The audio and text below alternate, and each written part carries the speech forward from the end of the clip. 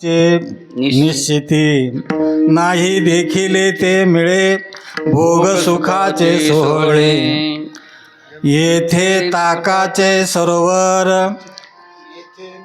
त्याची घरी ताकाचे सरोवर येथे नवनीताचे बोर नाही देखिले ते मिळे भोग सुखाचे सोहळे तुका म्हणे आता आम्ही नवजो दवडिता नाही देखिले ते मिळे भोग सुखाचे सोहळे विठाला विठाला विठाला विठाला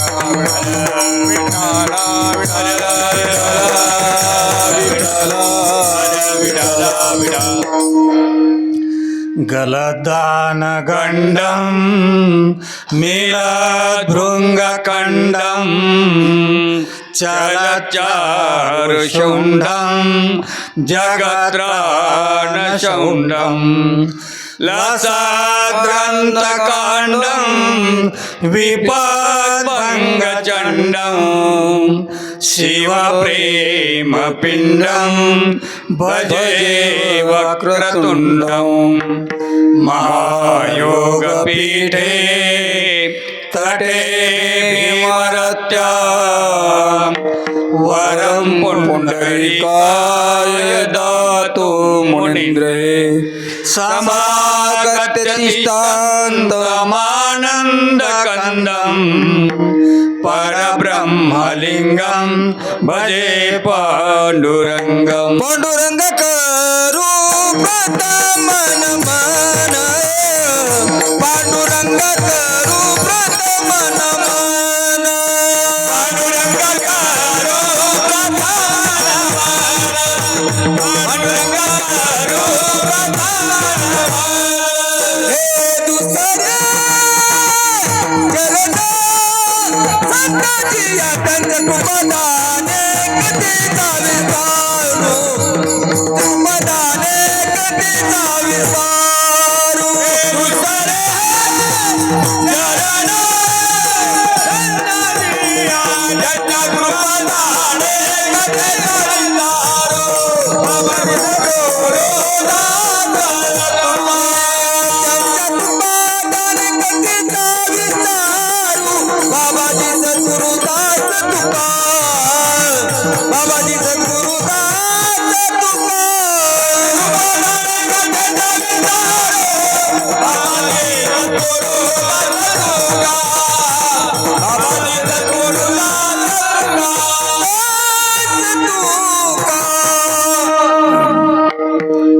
मनोजवं मारुततुल्यवेगं जितेन्द्रियं बुद्धिमतां वरिष्ठं वातात्मजं वानरयूथमुख्यं श्रीरामदूतं शरणं प्रपद्ये श्रीरामदूतं शरणं प्रपद्ये श्रीरामदूतं शरणं प्रपद्ये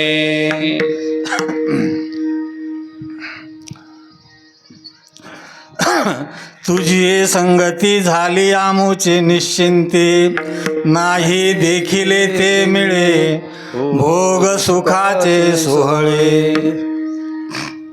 धर्मधन समन्वित परमार्थ परायण भाविक सज्जन हो, या हनुमंतरायांच्या प्रांगणामध्ये कनकेश्वर महादेवाच्या पुढ्यात आणि सद्गुरुदेवांच्या या कृपा छायेत या ठिकाणी आता हे काल्याचं कीर्तन होत आहे आणि काल्याच्या कीर्तनासाठी आपण जेवढे म्हणून या ठिकाणी उपस्थित असाल त्या सर्वांचं मी अभिनंदन करतो, धन्यवाद देतो आणि सेवेकडे वळतो. विठ्ठल विठ्ठल विठ्ठल विठ्ठल विठ्ठल विठ्ठल. हो, हा प्रस्तुतचा अभंग काल्याच्या प्रसंगातला आहे. आज आपण काला करतो आहोत. भगवंतांनी द्वापार युगामध्ये आणि यमुनेच्या वाळवंटामध्ये काला केलेला आहे. नंतर प्रत्यक्षात चंद्रभागेच्या वाळवंटामध्ये माऊलींनी आधी संतांनी काला केलेला आहे. भगवंताच्या जीवनामध्ये त्यांना एकदाच काला करता आला आणि ज्या वेळेला माऊलींनी काला केला आणि तेव्हापासून रोजच काला होतोय. विठ्ठल विठ्ठल विठ्ठल विठ्ठल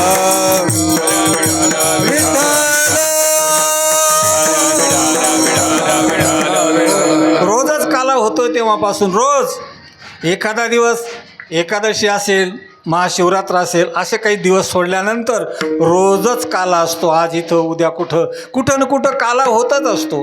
सांगायचा आशय आहे की ज्या संतांनी आपल्याला हा काल्याचा प्रसंग सदोदित सेवन करावा यासाठी त्यांनी ही परंपरा, ही सुरुवात खऱ्या अर्थानं केलेली आहे आणि आपण त्यांचंच अनुकरण करणारे असल्यामुळं आपण तो करतोही आहोत. कारण इथं असं असतं की येथं वडील जे जे करीती तया नाम धर्म ठेविती येर अनुष्ठिती सामान्य सकळ. तुमच्या आमच्यासारखे सामान्य त्यांचं अनुकरण करत असतात. तर हा काला आमच्या पूर्वजांच्या ऋषीमुनींचा, संतांचा हा आम्हाला घालून दिलेला एक धडा आहे आणि त्या अनुषंगाने आम्ही काला करतो. पण काला करण्याचा अवधी ज्या वेळेला येतो त्या अगोदर काहीतरी असतं. काय असतं? नामसंकीर्तन सप्ताह असतो, अजून काही असतं. कुठं 3 दिवस, 5 दिवस, 1 दिवस, काही का असे ना, पण त्याचा समारोप करताना काला करावाच लागतो. काल्याशिवाय पूर्णताच नाही. कारण जीवन हे अपूर्ण आहे आपलं. अपूर्ण जीवनाचं शल्य ज्याला पोचत असतं ना, तो जीवनामध्ये मी पूर्ण कधी होईन याचा अट्टहास करतो, प्रयत्न करतो आणि त्या मार्गावर आरूढ झालेला असतो. विठ्ठल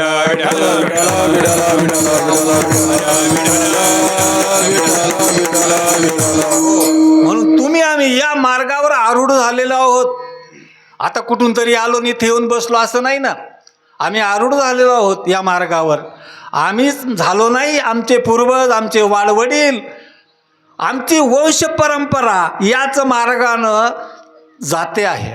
सांगायचं असे काय की आमच्या पूर्व पिढीतच, आमच्या वंशातच, आमच्या पूर्वजांचं जे आमच्यावर उपकार आहेत, त्यांचं जे रक्त आहे ते आमच्यामध्ये सळसळत आहे. आणि म्हणून सांगायचा आशय आहे की काला आमच्या जीवनामध्ये पूर्णता घेऊन येतो. पूर्णता, परिपूर्ण जीवनाचा हा काला आहे. एरवी जोपर्यंत आपण काला सेवन करीत नाही, काल्याचा प्रसाद मिळत नाही, तोपर्यंत आपल्याला अपूर्णतेचं शल्य बोचतच राहतं.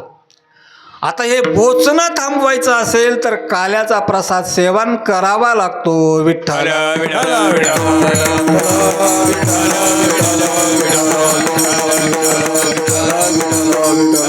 तुम्ही म्हणाल काय विशेष आहे काला? काला काय विशेष आहे? काला काय? त्याच्यात दही आणि लाई एकत्र केलं का झाला काला, झाला प्रसाद. एवढ्यानंच काला होत नाही. काला यापेक्षा वेगळा आहे. काला यापेक्षा अजून काही दर्शवितो, आपल्याला सांगतो. काय? दही लाई हा प्रतिकात्मक काला आहे. प्रतिकात्मक. बघा, दही सफेद आहे, लाईही सफेद आहे, तरीही तो काला आहे. ल आणि ळ यांचा अभेद असतो, तरी तो काला आहे. तर तो काला का झाला, काला का आहे? तर त्यांच्यावर भगवंताच्या गुणानुवादाचं, भगवंताच्या गुणाचं, लीलेचं त्यावर आघात झालेला आहे त्या प्रसादावर. म्हणजे भगवंताच्या लीला गुणकीर्तन केल्यानंतर त्या प्रतिकात्मक काल्याला सुद्धा खऱ्या अर्थानं काला म्हणावं लागतं. हा काला जो आहे दहीलाईचा, बघा, हा प्रतिकात्मक काला आहे, तो आपल्या सर्वांना माहिती आहे. त्यासाठी आपण तो प्रसाद सेवन करण्याचा अट्टहास करतो, त्यासाठी आम्ही उपस्थितही राहतो. पण वस्तुस्थिती आहे, एवढ्यानंच प्रसादाचं फल तुम्हाला मिळतं असं नाही. कारण प्रसाद तर त्याला म्हटलं जातं ना, प्रसाद वस्तू प्रसन्नता, ज्याच्यामुळे तुमच्या जीवनामध्ये अंतःकरणामध्ये खऱ्या अर्थानं प्रसन्नता मिळते, प्रसन्नता लाभते, त्याला प्रसाद म्हणतात.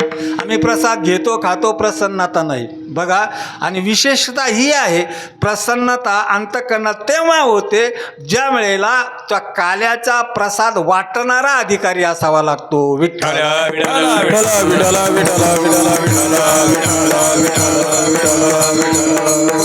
तो जर अधिकार संपन्न नसेल, त्याच्याकडे तमोगुण रजोगुण भरलेला आहे, अनेक विकार भरलेले आहेत, आणि तो काला वाटतो, त्या काल्याचा असर काला घेणाऱ्यावर होतो.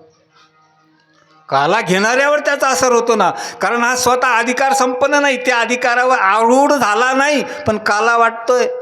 बघा, म्हणजे काला देताना अधिकार असला पाहिजे. तर काला द्यायचा अधिकार फक्त एक भगवंत काला देतात आणि दुसरे संत काला देतात. या दोघांना अधिकार आहे, संतांना आणि भगवंताला. तर माझा सांगायचा आशय आहे, भानुदास किती गाता, भानुदास किती गाता, भानुदास किती गाता. प्रसाद दे तू पंढरीनाथ, प्रसाद दे तो पंढरीनाथ हो. भानुदास किती गाता, भानुदास किती गाता. प्रसाद दे तो पंढरीनाथ, प्रसाद दे तो पंढरीनाथ. भानुदास किती गाता, भानुदास किती गाता. हो, भगवंत काला वाटत आहेत, आणि मग भगवंताच्या हातून मिळालेला प्रसाद आपलं जीवन बदलून टाकतो ना. म्हणजे जीवन बदलून टाकण्याची क्षमता त्या प्रसाद देणाऱ्यामध्ये असते. म्हणून तो देणारा एक संत असला पाहिजे किंवा भगवंत असला पाहिजे. आणि पहा, त्या भगवंताचा हा काला आहे. मी आपल्याला सांगत होतो, दही लाईचा हा प्रतिकात्मक काला आहे. दुसरा एक काला आहे, त्या काल्याला आपण सर्वांना माहिती आहे, तो काला कोणता काला आहे दुसरा? हरिनामाचा खिचडी काला. हा हरी आणि हरीचं नाम, त्यांच्याविषयी असणारं प्रेम वृंदीगत झालं तर हाच काला आहे. पहा, तुम्ही आम्ही भगवंताचे आहोत, भगवंताचं नामस्मरण करतो, पण काला होत नाही आमच्या जीवनामध्ये, कालवा कालव होते. विठ्ठल विठ्ठला विठ्ठला विठ्ठला विठ्ठला विठ्ठला.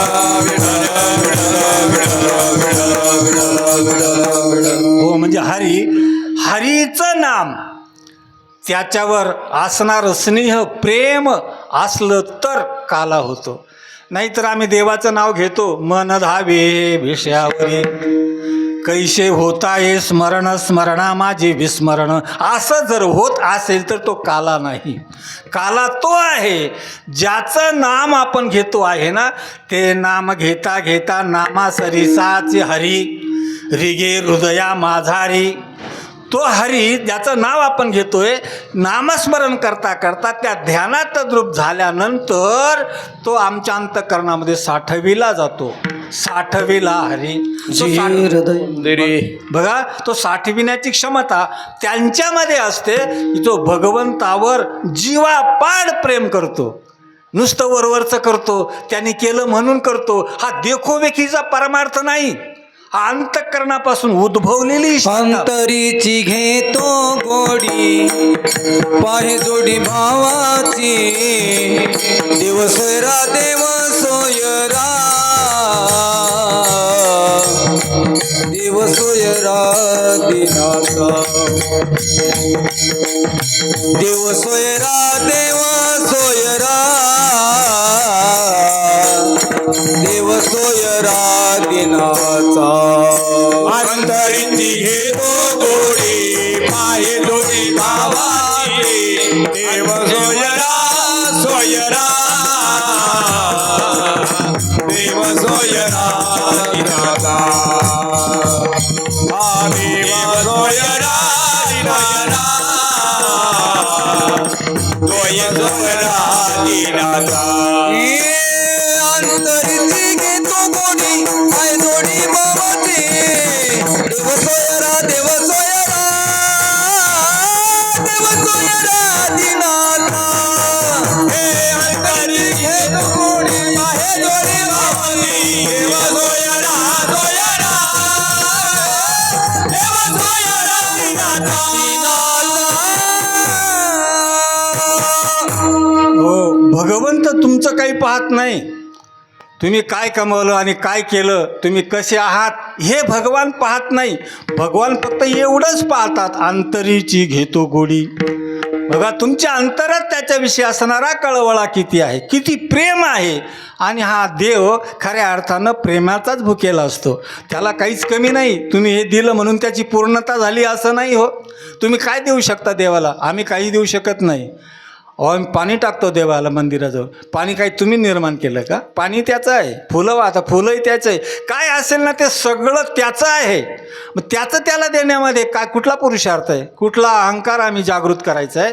तर वस्तुस्थिती अशी आहे की त्या भगवंताचं हे सगळं आहे, त्याचंच हे सर्व. पण त्याचं त्याला द्यायला सुद्धा आम्ही मागे पुढे पाहत असतो. विठ्ठल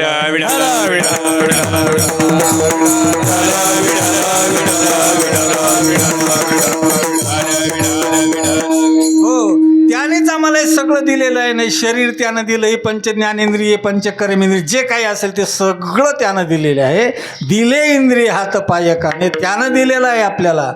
मग त्यानं दिलेलं आहे ना, मग त्याची भक्ती करताना आमच्या अंतःकरणामध्ये असा भाव, असं प्रेम, अशी श्रद्धा असली पाहिजे की त्याचं ध्यान करताना, त्याचं चिंतन करताना चिंतने अशी अवस्था निर्माण झाली पाहिजे ना. पण अशी आमची होतच नाही. कारण बघा, परमार्थ करताना मनस्थितीला काहीच अर्थ नसतो. मनस्थितीलाच अर्थ असतो, परिस्थितीला अजिबात नसतो. म्हणजे परमार्थात परिस्थिती उपयोगाची नाही. परमार्थामध्ये मनस्थिती योग्य असली पाहिजे.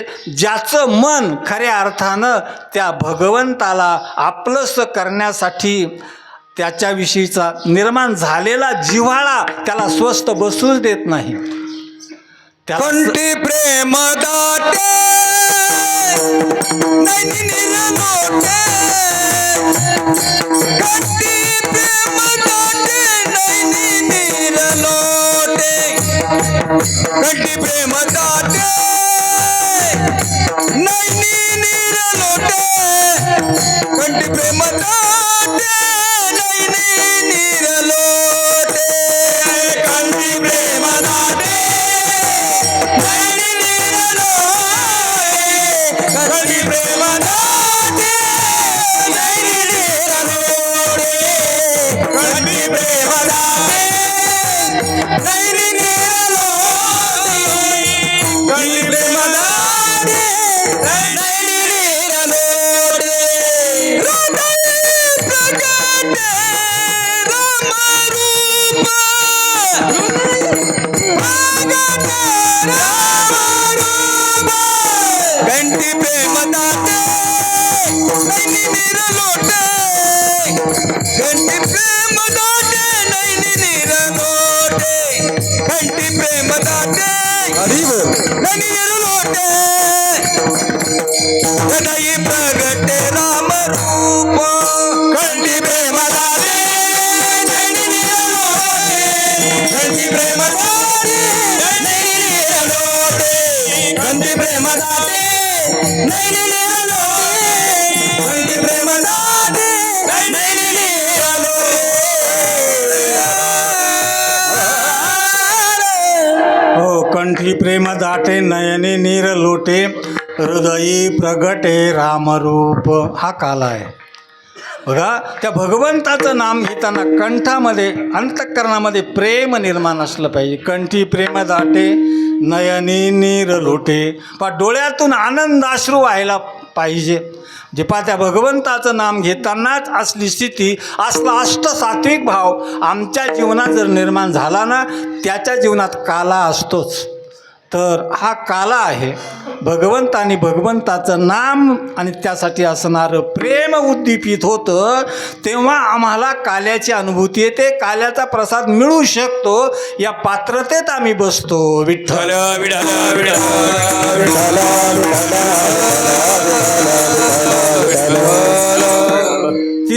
तिसरा जो काल्याचा प्रकार आहे त्याला जीव ब्रह्मैक्य काला असं म्हणतात. जीव आणि ब्रह्म. बघा, तुमचा आमचा सगळ्यांचा जो जीव आहे ना, हा जीव त्या ब्रह्माचा अंश आहे. ब्रह्मापासून तुम्ही आम्ही वेगळे नाहीतच, त्या ब्रह्माचे अंश आहो. ममैव अंशो जीवलोके जीवभूत मना षष्टानि इंद्रियाणि प्रकृती स्थाने कर्षते. विठ्ठल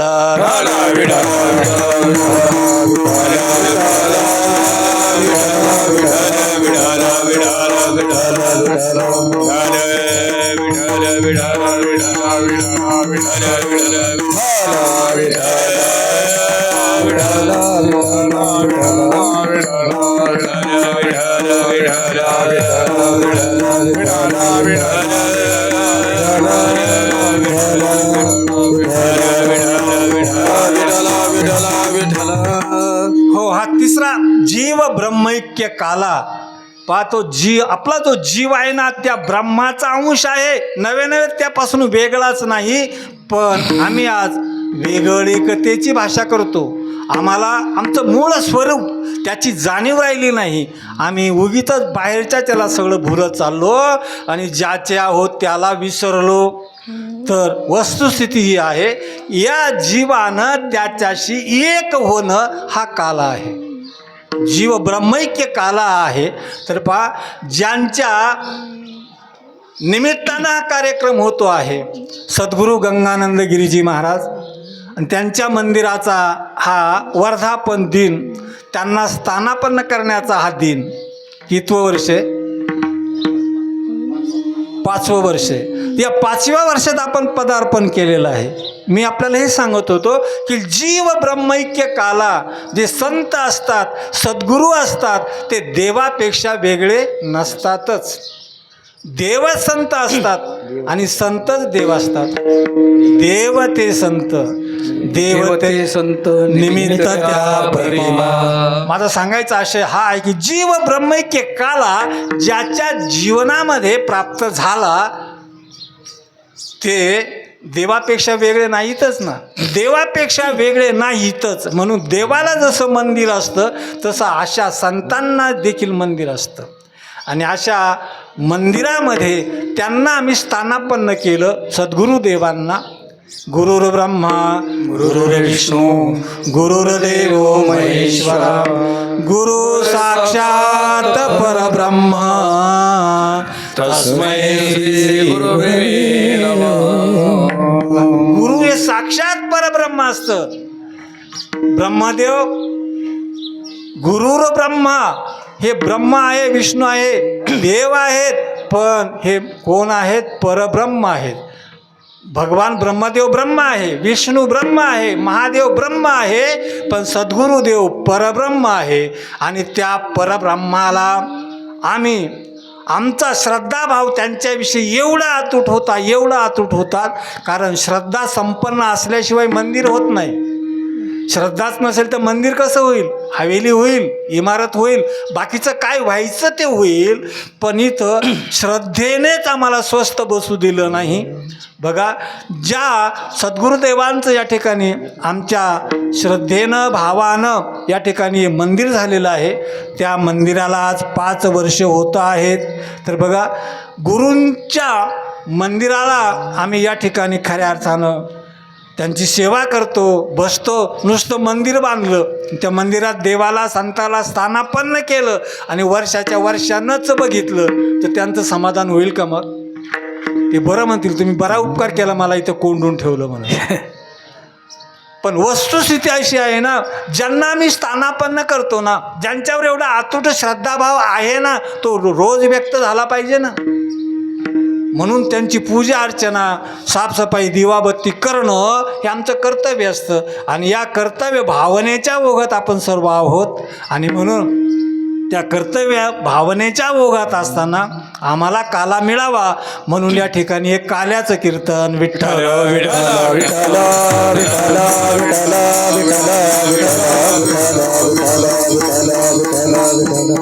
कारण काला देणारे हे दोन आहेत, देव आहे आणि संत आहे. हे दोघं इथं हजर आहेत. दोघांनी आपल्याला काला द्यावा. आता त्यांनी आपल्याला काला द्यावा त्यासाठी आमचं जीवन कसं असलं पाहिजे, आम्ही तो काला प्राप्त करू शकतो का, आम्हाला ते संत किंवा भगवंत तो काला देऊ शकतो का, याचा आपण थोडक्यात जर विचार केला तर वस्तुस्थिती अशी आहे की देव आणि भक्तामध्ये संवाद होतो, संसारी जनामध्ये संवाद होतो आणि देवामध्ये आणि संतांमध्येही संवाद होत असतो. बघा आता संवाद आपला घरगुती संवाद असतो, गावातला सर्व संवाद असतो, जनसामान्याचा संवाद असतो ना, त्या संवादातून कधी कधी वादे जायते काय वादे काय होतं, वैराग्नी वाढतो. वादे जायते वैराग्नी. पा तुमच्या आमच्या जीवनामध्ये असं बोलणं चालणं, काही संवाद झाला, वाद झाला, त्या वादाचं भांडणात झालं तर तिथं वैराग्नी तयार होतो. हे सर्वसामान्य जनांच्या जीवनातलं या पुढची स्टेप आहे.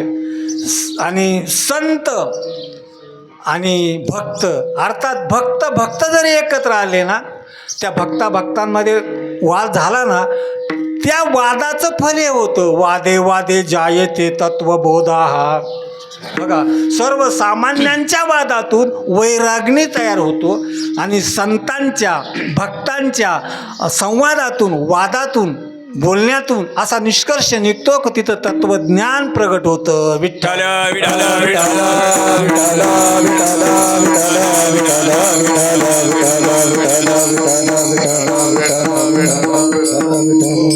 म्हणून देवाचे भक्त एकत्र आले ना, त्यांच्यात काही संवाद होतो ना, त्या संवादातून तत्वज्ञानाचा उद्बोध होतो, तत्वज्ञान जन्माला येतं.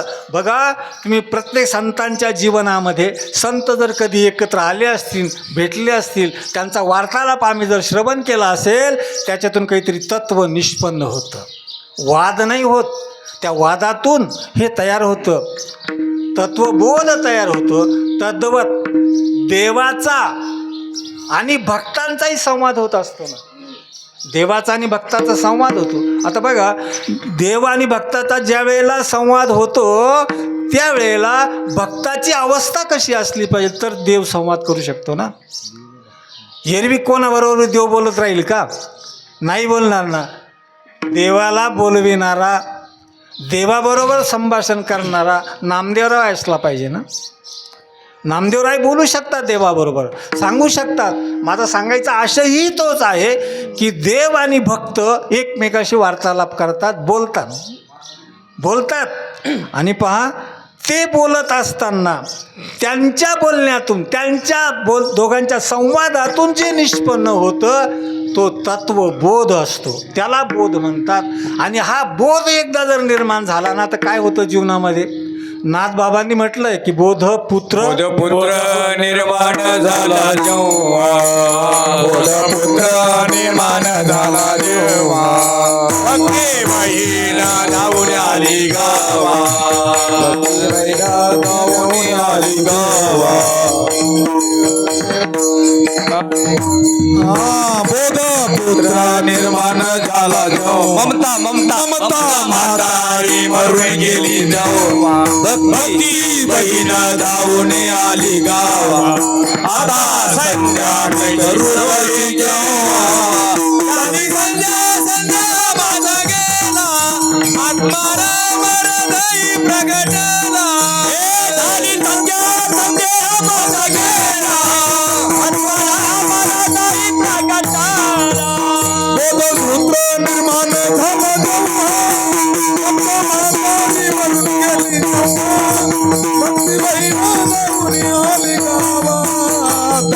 संध्या मी करू कधी गोवा. बोधपुत्र निर्माण झाला, ममता म्हातारी मरून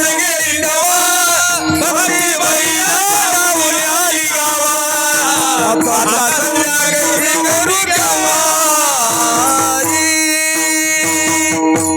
हो, बोधपुत्र निर्माण झाला जेव्हा, हा बोध तेव्हा निर्माण होतो ज्या वेळेला या संतांचा भक्ताचा किंवा भक्तांचा संवाद होतो. त्यामधून असं बाहेर पडतं की त्या श्रवण करणाऱ्याच्या ठिकाणी बोध निर्माण होतो. आपल्याला माहिती आहे मदालसेने तिच्या लहान मुलांना, जन्माला आलेल्या पोरांना, 2-4 महिन्याच्या मुलांना उपदेश केला, बोध केला आणि त्या बोधावर ते आरूढ झाले. सांगायचा आशय काय की यांच्या बोलण्यामध्ये, यांच्या संगतीमध्ये, यांच्याबरोबर राहण्यामध्ये जीवाला बोध निर्माण होतो. आणि तुमची सर्वसामान्यांच्या जीवनात जर आम्ही राहिलो ना तर काय होतं, वाद तयार होतो. वाद कशाहूनही वाद तयार होतो. मग ज्यांच्या जीवनामध्ये, ज्यांच्या जीवनातून, संवादातून जर आम्हाला बोध निर्माण होतो ना तर मग अशांच्या संगतीत आपण राहावं ना. तर बघा, गोपाळ ज्या भगवंताच्या संगतीत होते ना, गोपाळांचं अवभाग्य आहे म्हणून देवाच्या संगतीत ते राहिले. कोणी देवाच्या संगतीत राहू शकत नाही, त्याला भाग्य लागत असतं. त्यांच्या भाग्याचं वर्णन शुकाचार्यांनी केलं. अहो भाग्यम नंद गोपौरजौकसाम यन्मित्रं परमानंदम पूर्ण ब्रह्म सनातनम. जे सनातन ब्रह्म आहे, जो देवादी देव आहे, तो देव यांचा मित्र झाला. किती भाग्य आहे त्या गोपाळांचं. देव त्यांचा मित्र झाला हो. आता बघा, देव त्यांचा मित्र झाला याचा अर्थ यांच्याकडे काही असे विशेष पुण्याचं अर्जन त्यांनी केलेले आहे, ते एका जन्माचं नाही आहे. त्यांच्या अनेक जन्मापासून ते पुण्याचा संचय त्यांनी केलेला आहे. बहुजन्म समार्जितेनं, पुष्कळ जन्मांच्या शेवटी हा संबंध जुळवून आलेला आहे. एका जन्मात नाही, एका जन्मात होतही नाही. जसं भगवान अर्जुनाला सांगते वेळी म्हणतात की अर्जुना, बहुनाम जन्मनाम अंते ज्ञानवान माम प्रपद्यते वासुदेव सर्वमिति सुमहात्मा सुदुर्लभ. बघा, बहुनाम जन्मनाम अंते, पुष्कळ जन्मांच्या शेवटी, हे अनेक वचन आहे. पुष्कळ जन्मांच्या शेवटी ज्ञानवान माम प्रपद्यते, जो ज्ञानी आहे ना तो मला जाणतो, शरण येतो. आपला साकारण्याची क्षमता त्याच्यात निर्माण होते. म्हणून सांगायचा आशय, गोपाळ हे सर्वसामान्य गोपाळ नव्हते ना हो. गोपाळ शब्दाचा अर्थ आपल्याला सगळ्यांना माहिती आहे, गोपाळ. तरी मी एक अर्थ सांगतो. गोपाळ त्याला म्हणतात. त्या गोकुळामध्ये खूप गायी होत्या. खूप गायी होत्या म्हणजे किती होत्या, तर माझ्या माहितीनुसार 3,86,00,000 गायी गोकुळात होत्या. किती? 3,86,00,000. तर जास्त असतील तर तुम्ही बघून घ्या, आणि कमी पडल्या तर तुम्हीच बघून घ्या. कारण हे असं असतं, एका गावामध्ये बरीचशी पाहुणे मंडळी आलेली होती. आल्यानंतर त्या पाहुण्यांनी त्या गावातल्या एका माणसाला विचारलं, का हो तुमच्या गावात कावळे किती म्हणे. आता काही मोजून ठेवले का सांगायला कावळे किती म्हणे. हा म्हणे आमच्या गावामध्ये 99 कावळे आहेत म्हणे. बरोबर, एक बी कमी जास्त भरणार नाही म्हणे. जर भरले तर समजा ते पाहुणे म्हणून आलेले समजा. जर कमी भरले तर समजा इथून तिकडे गेलेले दुसरीकडे पाहुणे म्हणून. म्हणजे जसं गणित आहे ना तसं गोकुळातलं गणित आहे. 3,86,00,000 गायी होत्या. त्या कोणाकडे होत्या? जे नंद होते, व्रजभानू होते, उपनंद होते, यांच्याकडे होत्या. मग त्या गावात असणारी इतर जी लोक आहेत ना, कोणाकडे 100, कोणाकडे 200, ती सोडून या 3,86,00,000 गायी आहेत. त्यांच्या धरल्या तर कितीतरी होतील. म्हणजे एवढ्या गायी तिथं आहेत, म्हणूनच त्याला गोकुळ असं म्हणतात. विठ्ठल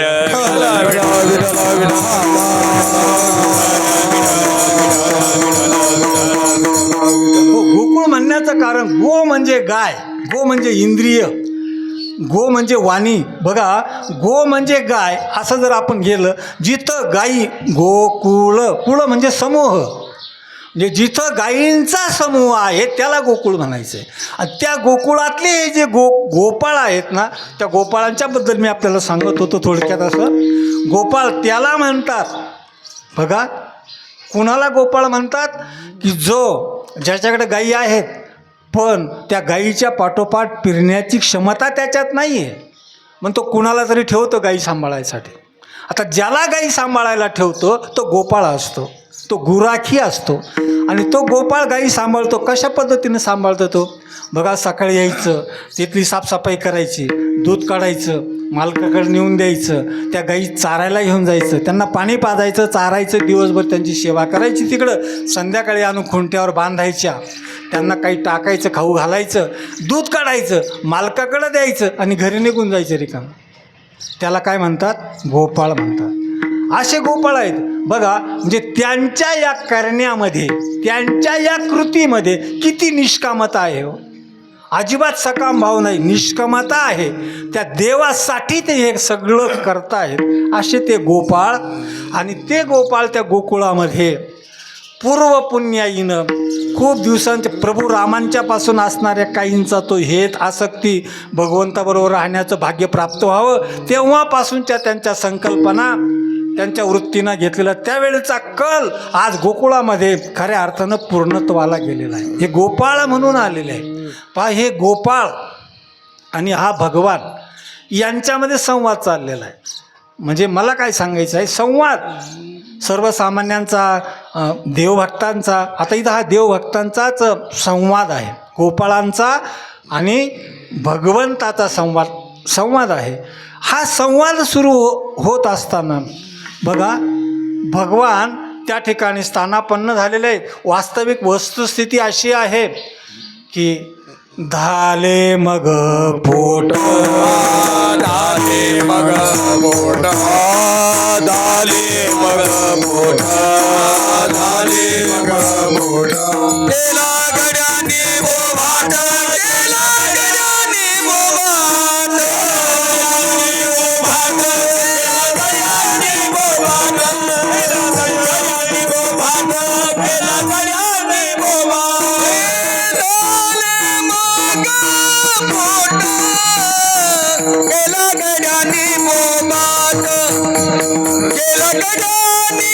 बोभाट, केला गड्यानी बोभाट. केला गड्यानी बोभाट, केला गड्यानी बोभाट, केला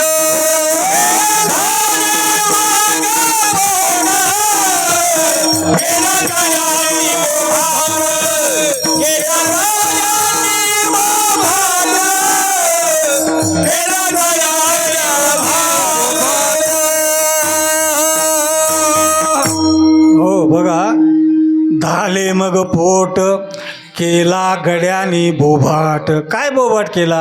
ये रे नारायणा, ये रे नारायणा, बोलो अंतरीच्या खुणा. बघा, संवाद सांगतो मी त्या दोघांचा, भगवंताचा आणि गोपाळांचा. कधी कधी भगवंतच बोलत होते, कधी कधी गोपाळच बोलत होते, आणि कधी कधी गोपाळ आणि भगवंत एकत्र बोलत होते. पहा, एकत्र बोलत होते. आता हे गोपाळ म्हणतात की धाले मग पोट, आमचं पोट भरलं देवा, तुझ्या संगतीत आम्ही राहिलो ना, आमचं पोट यथोचित भरलं. मग त्यांनी बोभाट करायला सुरुवात केली, ओरडायला सुरुवात केली, जय जयकार करायला सुरुवात केली. आणि ते म्हणतात की ये रे नारायणा, हे नारायणा, हे देवा ये, आता आपण बसू, गप्पा गोष्टी करू.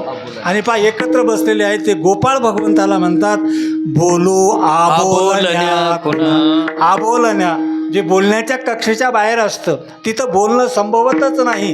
येत वेद मौनावले, अशी स्थिती निर्माण होते. म्हणजे तिथं गप्प आहे. बघा, ज्यावेळेला गुरु गप्प असतात आणि शिष्याला गप्प मौनावस्थेतच शिकवल्या जातं आणि शिष्यही शिकतो. तद्वत हे आबोलणे पण आहे. हे बोलणं नाही, बोलू आबोलण्या खुणा. जसं उदाहरणार्थ मी सांगत असतो की एकदा सीतामाता आणि त्यांच्या वंशातल्या सगळ्या राजांचे ते टोप होते डोक्यावरचे, ते टोप काढलेले आहेत. ती टोप घासते आहे. तिच्या काही मैत्रिणी आल्या, त्यांनी सगळ्यांनी विचारलं, सीते काय करते तू? काही नाही, आमच्या घराण्यात परंपरेत, आमच्या कुळामध्ये बहुतेक राजे झाले, त्यांची टोप पडलेली आहे आणि त्या टोपांना मी साफ करते. म्हणे ठीक आहे. मग त्यांनी विचारलं, हा टोप कोणाचा? राजा दशरथांचा. हा टोप कोणाचा? हा अजराजांचा. अनेक परंपरेतल्या राजांची नावं तिनं सांगितली आणि मग विचारलं हा टोप कुणाचा? तो टोप होता रामाचा. पण पहिल्या स्त्रिया धडकन असं नाव घेत नव्हत्या किंवा बोलत नव्हत्या. धडकन घेत नव्हत्या, आता डायरेक्ट घेतात, तेवढंच फरक. म्हणजे पहा, वस्तुस्थिती अशी आहे की ज्यावेळेला रामाचा टोप साफ करीत असताना सहेल्यांनी विचारलं की सांग हा टोप कुणाचा? तो रामाचाच होता. सीता बोलत नाही. तिच्या न बोलण्यात, तिच्या आबोलण्यातच त्यांना कळालं की हा रामाचा मुकुट आहे, टोप आहे. तद्वत या ठिकाणी ते गोपाळ भगवंताला म्हणतात, ये रे नारायणा, बोलू आबोलण्या खुना.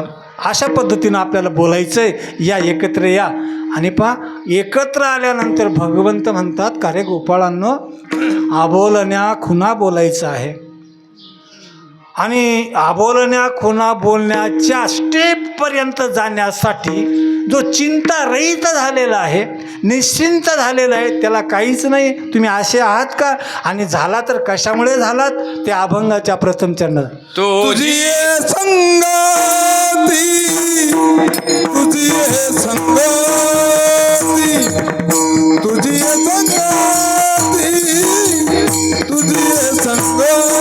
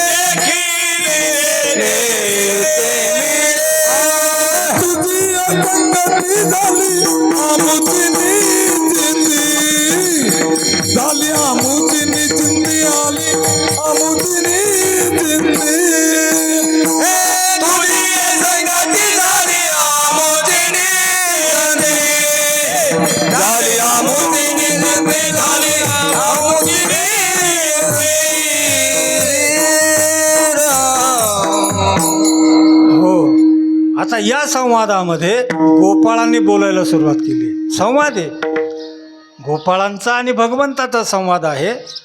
आणि गोपाळ बोलायला सुरुवात करताय. गोपाळ म्हणताय, तुझी संगती झाली आमोचे निश्चिंती. हे देवा, तुझी संगत आम्हाला लाभल्यामुळं, तुझ्या संगतीत आम्ही आल्यामुळं आता निश्चिंत झालो. आता आम्हाला कुठली चिंता राहिली नाही. चिंता नाहीच, आता चिंता रहित आमचं जीवन झालेलं आहे. कशामुळं? तुझी संगती. देवा, तुझ्या संगतीमुळं. बघा किती मोठं गोपाळांचं भाग्य आहे. देवाची संगत त्यांना करायला मिळाली. बघा, संगती यावर बोलत असताना असं सांगावं लागतं की संगत कोणाची करायची असते आणि संगत कुणाची करायची नसते. पहा, आपल्या जीवनामध्ये कुसंगती येते. कुसंगती, वाईटांची संगत. पहा, वाईटाच्या संगतीमुळं मनुष्य बिघडायला वेळ लागत नाही, मनुष्य लयाला जायला वेळ लागत नाही. कुसंगतच असते ती. पहा, या कुसंगतीने अनेक मोठे मोठे नाडलेले आहेत. हो, कुसंगती फार वाईट संगती आहे. तुकोबारायांना सुद्धा एका ठिकाणी म्हणावं लागलं, नको दुष्ट संग. हा दुष्ट संग, ही दुर्जनाची संगत, ही कुसंगत नकोच ना. काहीच कामाची नाहीये. ढेकणाच्या संगे हिराचो भंगाला, ढेकणाच्या संगे हिराचो भंगाला, ढेकणाच्या संगे हिराचो भंगाला, ढेकणाच्या संगे हिराचो भंगाला, ढेकणाच्या संगे हिराचो भंगाला, ढेकणाच्या संगे हिराचो भंगाला, ढेकणाच्या संगे हिराचो भंगाला, ढेकणाच्या संगे हिराचो भंगाला, नाडीला साधू जैसा, कुसंगे नाडीला साधू जैसा, ढेकणाच्या संगे हिराचो भंगाला, ढेकणाच्या संगे हिराचो भंगाला, कुसंगे नाडीला साधू जैसा, नाडीला साधू जैसा, ढेकणाच्या संगे हिराचो भंगाला, ढेकणाच्या संगे हिराचो भंगाला. हो, हिरा अनमोल किंमतीचा हिरा आहे तो, हिरा आहे तो.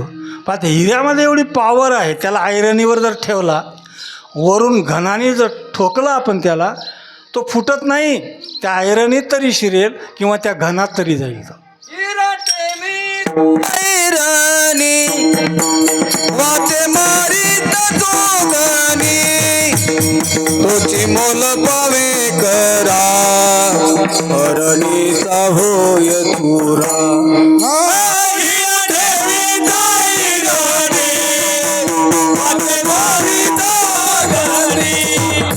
तोची मोल पावे करा, हरणीचा होय तुरा.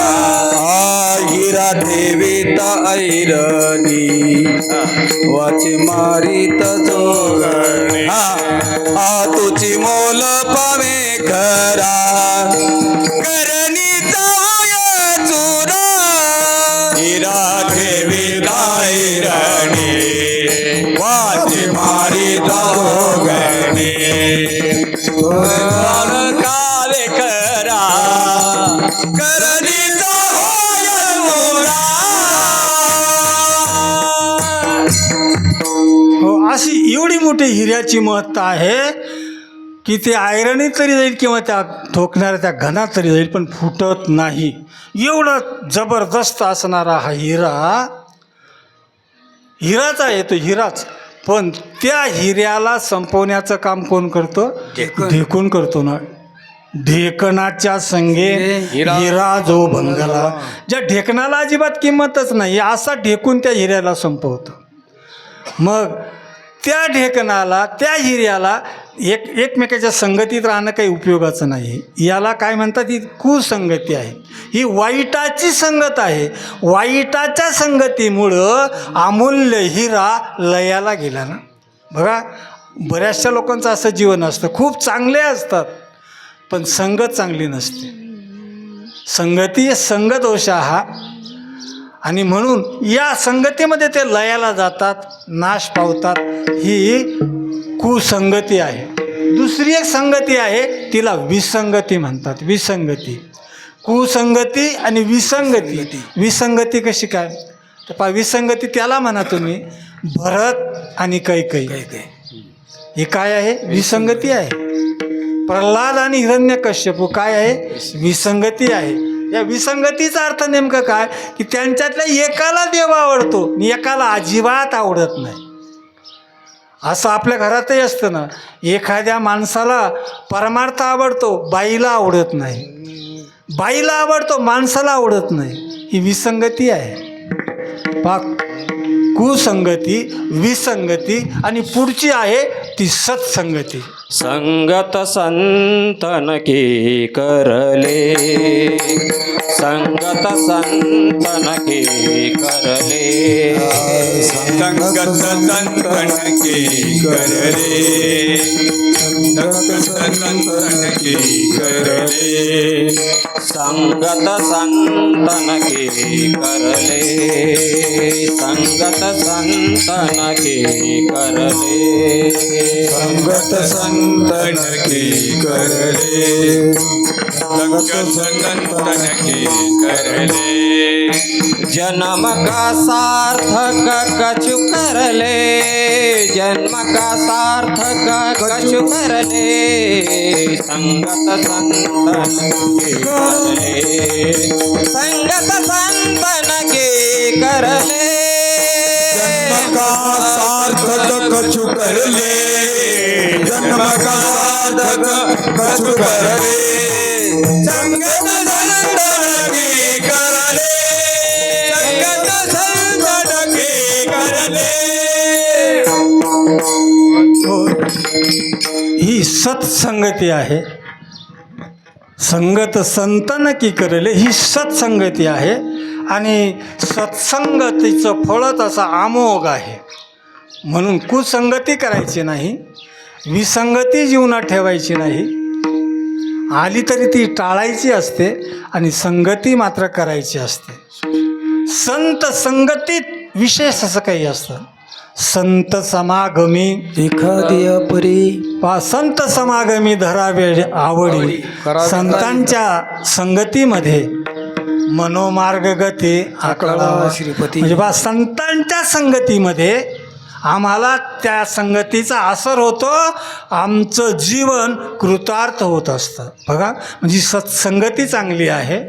तद्वत गोपाळ भगवंताला म्हणतात, भगवान तुझी ये संगती, तुझ्या संगतीमुळं. देवाची संगत एवढं सोपं आहे का? देवाच्या संगतीत राहायला मिळणं, देवाशी वार्तालाप करणं, बोलणं, खेळणं, उड्या मारणं, हे काय साधं जीवन आहे का? अनेक जन्मांच्या पुण्याईचा हा प्रताप आहे, फल आहे. देवाच्या पुढ्यात ते बसलेले आहेत, देवासमोर बोलत आहेत आणि देवाला म्हणताय की देवा तुझी ये संगती, तुझ्या संगतीमुळं, तुझ्या संगतीमुळं देवा काय झाली आमूची निश्चिंती. आमची निश्चिंती झाली, आम्हाला चिंताच राहिली नाही, काहीच नाही. भगवान म्हणतात तुम्ही एवढे निश्चिंत झाला. निश्चिंत झाला कशावरून तुम्ही निश्चिंत झाला? ते दुसऱ्याच्या नाही देखील ते मिळे, नाही देखील ते मिळे, नाही देखील नाही देखील नाही देखील ते मिळे, नाही देखील ते मिळे, नाही देखील नाही देखील भोग सुखाचे सोहळे, भोग सुखाचे सोहळे, नाही देखील ते मिळे, नाही देखील ते मिळे. सुखाचे सोहळे, भोग सुखाचे सोहळे, नाही देखील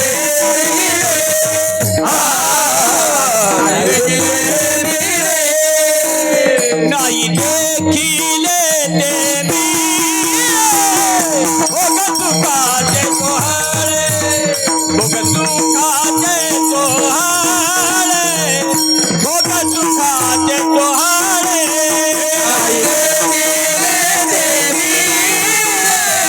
भोग सुखाचे सोहळे, भोग सुखाचे सोहळे, भोग सुखाचे सोहळे,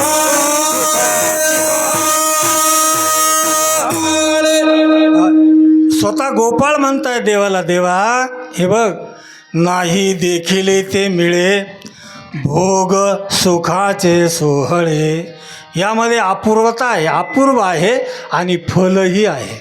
बघा नाही देखील ते मिळे हे अपूर्व आहे, भोग सुखाचे सोहळे हे फल आहे. म्हणजे अपूर्व अशा फलाची प्राप्ती तुमच्या संगतीत असल्यामुळं झाली ना. आम्ही निश्चिंत झालो ना. नाही देखील ते मिळे. नाही देखील आपण काय देखतो, आपल्याकडनं काय देखिल्या जातं? या चर्मचक्षूंच्यामध्ये अशी काय पावर आहे की ते पाहू शकतात? नाही देखील ते मिळे. गोपाळ इथं सांगतात की आजवर आम्ही पाहिलं नाही ते आम्ही पाहायला लागलो, त्याचा आम्हाला अनुभव यायला लागला. आम्ही काय पाहिलं आजवर? आम्ही सगळं नश्वर पाहिलं. नश्वर पाहिलं ना. अहो या डोळ्यांनी पाहणारं सत्य आहे का? साच आहे का? नाही, खोटं आहे ते, खरं नाही आहे ते. आणि म्हणून गोपाळांना, देवाला असं म्हणायचं आहे, भगवंत कृष्णाला असं म्हणतात की नाही देखिले ते मिळे. जे आम्ही आजवर पाहिलं नव्हतं ना ते तुझ्या संगतीत आल्यामुळं आम्हाला मिळालं. तुझ्या संगतीत आल्यामुळं मिळालं ना. नाही देखिले ते मिळे भोग सुखाचे. पहा, भोग आणि सुख या दोन शब्दांचा अर्थ आपण सांगायला लागलो ना. जिथं लक्ष्मी येते ना तिथं भोग असतातच ना हो. हे बघा, भगवंताला गोकुळात येण्या अगोदर लक्ष्मी आलेली तिथं. आधी लक्ष्मी आली, नंतर भगवान आलेले आहेत. जसा एखादा मंत्री यायचा असला ना, घरोघरी झाला लक्ष्मीचा वास. जर एखादा कोणी आपल्याकडे यायचा असला ना, आपण केवढी टापटी सफाई सगळं काही करतो, ते इथं आल्यावर प्रसन्न झाले पाहिजे म्हणून. तद्वत भगवंत तिथं येणार ना त्या अगोदर या लक्ष्मीनी प्रगट होऊन सगळं गोकुळ असं काही व्यवस्थित केलेलं होतं. लता वेली पानं फुलं सगळं काही असं विशेष केलेलं होतं. पहा, गोपीगीतातला पहिला श्लोक आहे, जयति तेधिकं जन्मनाव्रज. पहा, हा जो श्लोक आहे हे दर्शवितो, हे सांगतो की लक्ष्मीनं सगळं काही व्यवस्थित केलं. मला हे सांगायचं होतं की भोग सुखाचे सोहळे, म्हणजे जिथं लक्ष्मी आली अगोदर, आता लक्ष्मीच आली तिथं भोगाला उणे पण नाहीच. जी लक्ष्मी आहे आणि तिथं भगवान आलेले आहेत. भोग आणि सुख, जिथं भगवंत आहे तिथं सुख आहे, जिथं लक्ष्मी आहे तिथं भोग आहे. आता तिथं ते दोघंही आहे म्हणून भोग सुखाचे सोहळे. किती भोग, किती सुख, आणि हे सगळं काही मिळालं नाही भगवान. खऱ्या अर्थानं तुमच्या संगतीचा हा प्रताप आहे, तुमच्या संगतीचं हे फळ आहे. पुन्हा ते गोपाळ म्हणतात, देवा हा तुझ्या संगतीचा आम्हाला लाभ आहे. देव म्हणतात, असला लाभ तुम्हाला कुठे घरी दारी इकडं तिकडे व्यवहारात संसारात नाही मिळाला का? नाही म्हणे देवा, तिथं कसलं काय ते तिसऱ्या चरणात सांगतात. घरी ताकाचे सरोवर, घरी ताकाचे सरोवर, हरी दाकाचे सरवर, हरी दाकाचे सरवर, घरी ताकाचे सरोवर, घरी ताकाचे सरोवर, घरी ताकाचे सरोवर, हरी दाकाचे सरवर, हरी दाकाचे सरवर, हरी दाकाचे सरवर. येथे नवनीताचे पुरा,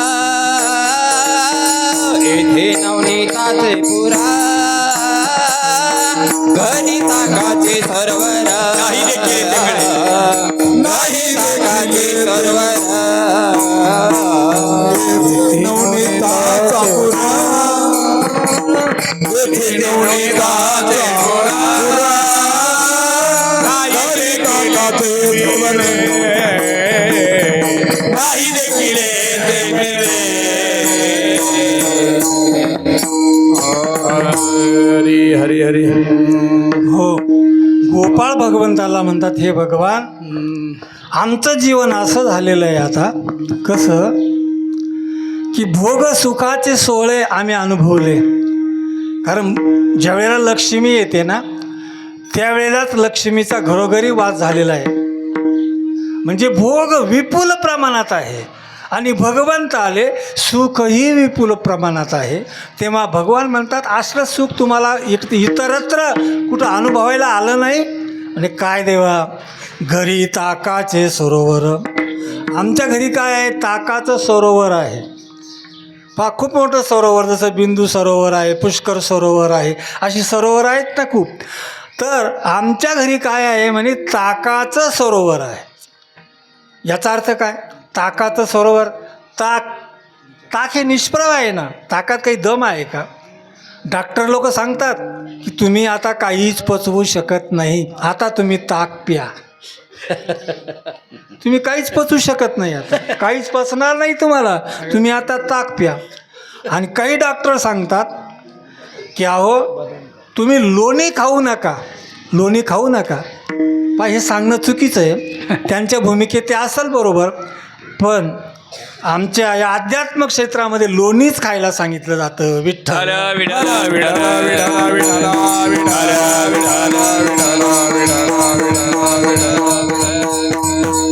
हो, घरी ताकाचे सरोवर. ताकाचे सरोवर याचा अर्थ असा की हे काय आहे, निरीच्छ आहे. आणि जसं हा संसार जसा आहे ना, तसं हे ताक आहे ना, हा निष्फळ आहे सगळं. या ताकात काहीच राहिलेलं नाही, दमच नाही त्याच्यात. आणि असं जे ताक आहे ना देवा, ते आमच्या घरी आहे, ताक आहे आमच्या घरी.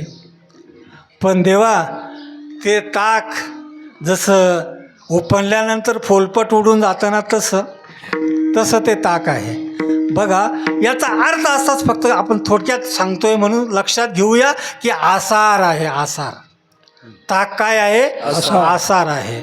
आणि भागवतामध्ये म्हटलं गेलं, आसारो खलु संसारो दुःख रूपे विमोहका सुतकस्यम धनम कस्य स्नेहवान ज्वलते निशम. आसारो खलु संसारा. पहा, घरी ताकाचे सरोवर, तर आसारो खलु संसारा, हे आसार आहे सगळं. आसार, याच्यात सार काहीच नाही. भगवंत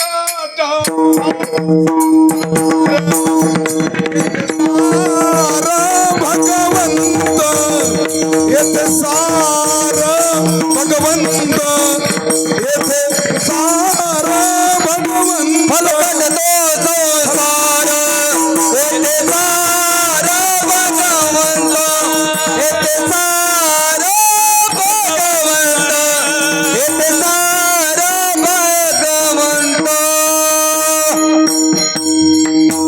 हो, फळकट हा संसार, येथे सार भगवंत. देवा, आमच्या घरी काय आहे, ताक आहे. सगळं आसार आहे आमच्या जीवनामध्ये. कोणतं सार आहे हो संसारामध्ये? संसारात सार नाहीच. संसारात नाही, संसारच सार नाही. बघा, संसारात शोधणं पुढचा भाग आला. अगोदर संसारच सारभूत नाही, संसार दुःख मूळ आहे. ह्या आसार आहे, सगळं आसार आहे.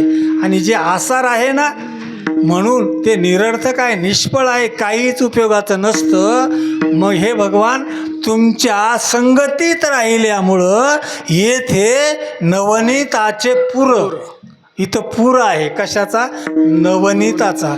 नवनीत काय आहे? लोणी आहे, पण सार आहे. सार सारासार विचार करा, उठा उठे. या सारासाराचा विचार करताना हे आसार ताक आहे आणि सार लोणी आहे. एवढा मोठा इथं त्या लोण्याचा पूर वाहतो आहे. आणि म्हणून हे देवा, आम्ही या ठिकाणी एवढं चिकटलं गेलो, एवढं आसक्त झालो.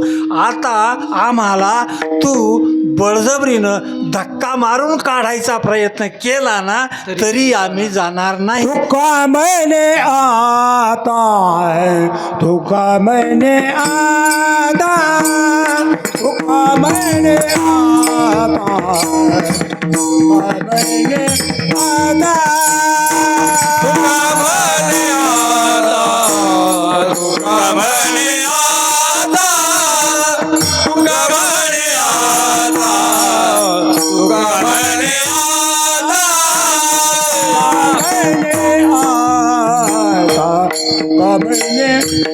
आता, तुका मैंने आता, तुका मैंने आता, तुका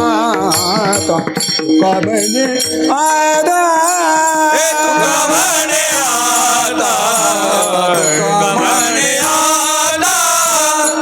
तुका मैंने आता, तुका मैंने आता.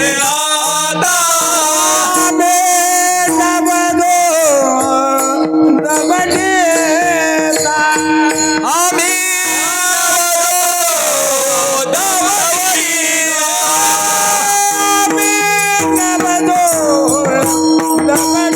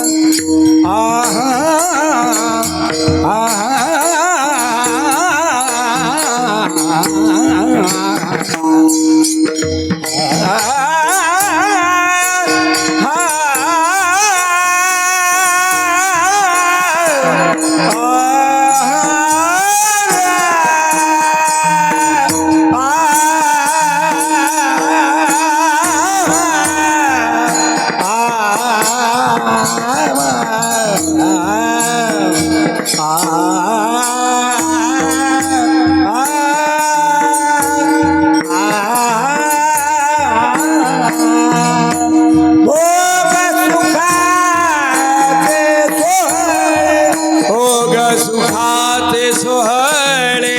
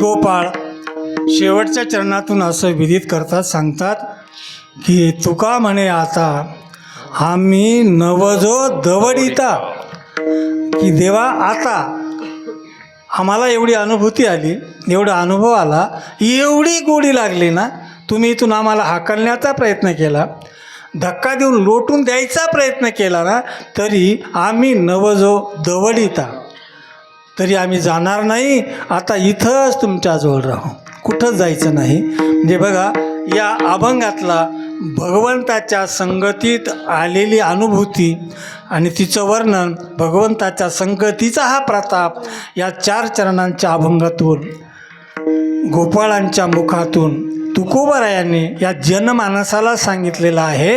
आपणसुद्धा त्या भगवंताकडं राहत असताना, त्याच्या संगतीत असताना आमच्या जीवनामध्ये सुद्धा असाच बदल व्हावा ही एक अपेक्षा आणि वेळ झाला म्हणून आता सर्वांनी एके वेळ भजन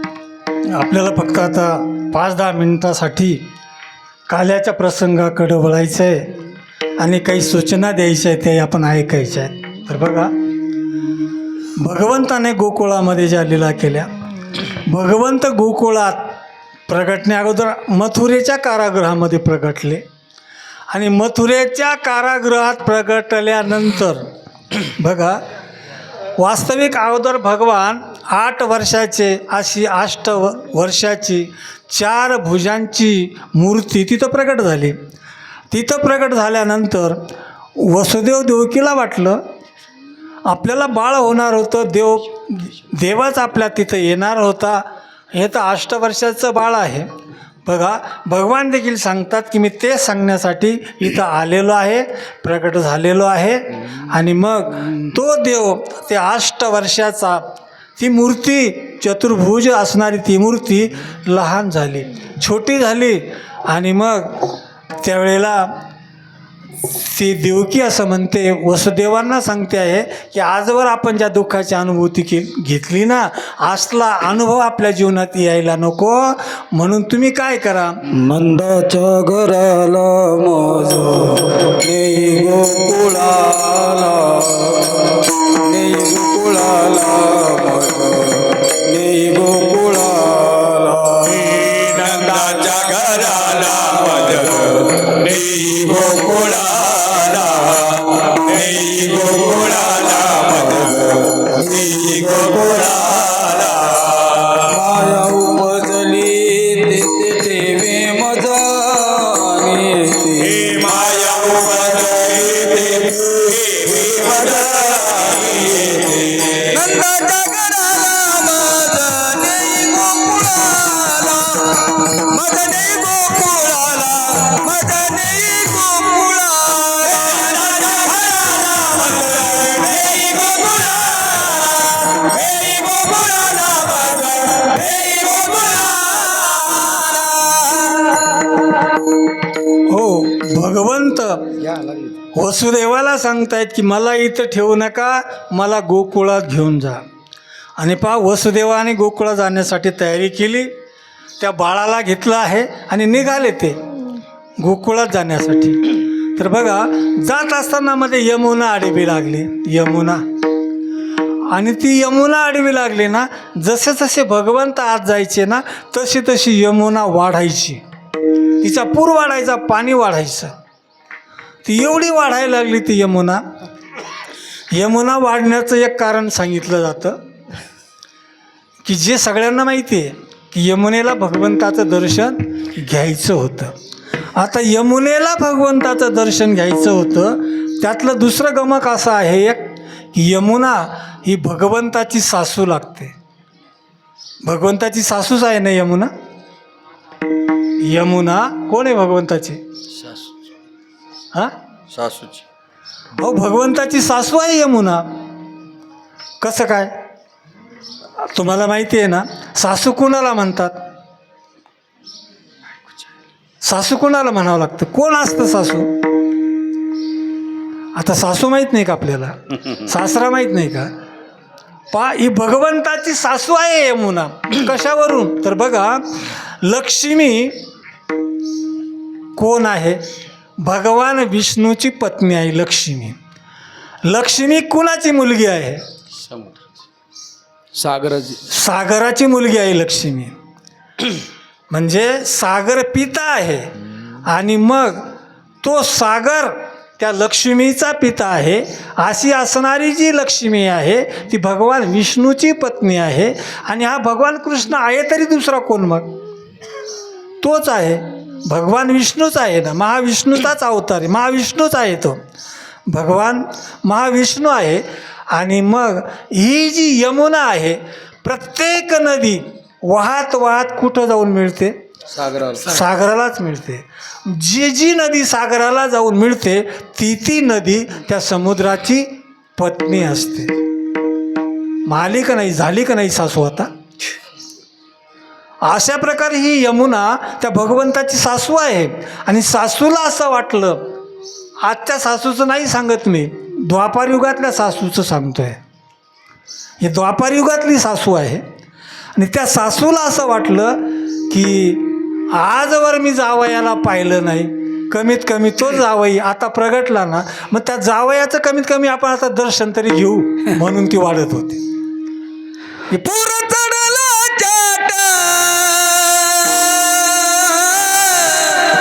पूर चढला चाट, त्याची लाविला अंगूठ, लाविला अंगूठ, पुरकडला त्याची लाविला मुष्ट लाविला